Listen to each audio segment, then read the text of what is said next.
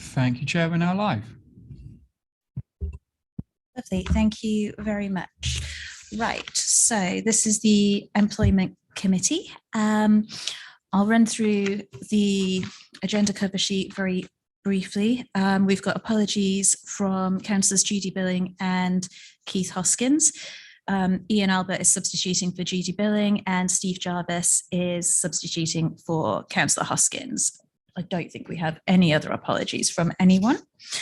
I have some chair's announcement. There's been no notification of any other business. I have some chair's announcements, which are the usual ones that we're all familiar with. In accordance with council policy, this meeting is being audio recorded as well as filmed. The audio recordings will be available to view on mod.gov and the film recording via the NHDC YouTube channel. Members are reminded to make declarations of interest before an item, and the detailed reminder about this and speaking rights are set out under Chair's announcements on the agenda.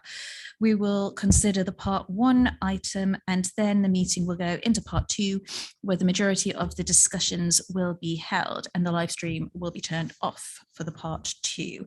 So in that case, can I ask Anthony Roche to present his report for the recruitment of Service Director for Place? Thank you, Chair. The Part 1 report before you just sets out the process that we've followed. I'm sure you'll have all had the opportunity to read it in advance, but I'll just very briefly summarise. Our current Service Director Place has announced his retirement. His last day is next Tuesday, the 21st of September. We've therefore undertaken a recruitment process to replace him, recognising that there is going to be potential for minimal handover. We have put in place arrangements to make that as smooth a process as possible. We interviewed the role both internally and externally. We had a number of applicants, and we can go into the detail of that in part 2.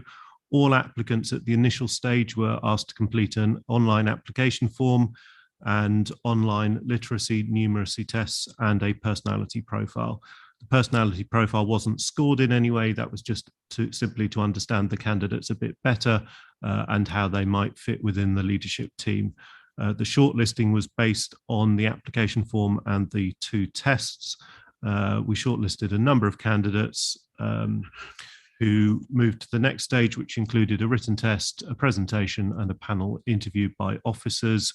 And in part 2, you'll receive again the details of that, and we have put forward 2 candidates for you to consider at the committee today. So I think that is all I wanted to say on the part 1 report, but I am of course happy to answer any questions. You'll note the recommendations, which are pretty straightforward, that you interview the candidates and that you note the content of the report. Thank you, Chair. Lovely, thank you very much. Because I'm not up on the table, I don't have the lovely little screen that tells me who has questions. So I'm going to have to look down the line. If you can raise hands to let me know if you want to ask any questions. No questions? Okay.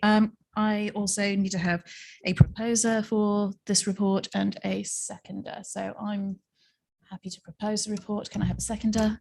Yep. Thank you very much. Any debate? No.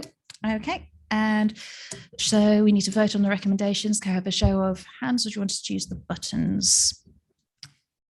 I can't operate the buttons from here, so show of hands, please. Show of hands. Okay. Okay. So happy to accept the recommendations in this report. Can I have, yeah, that's unanimous. Lovely.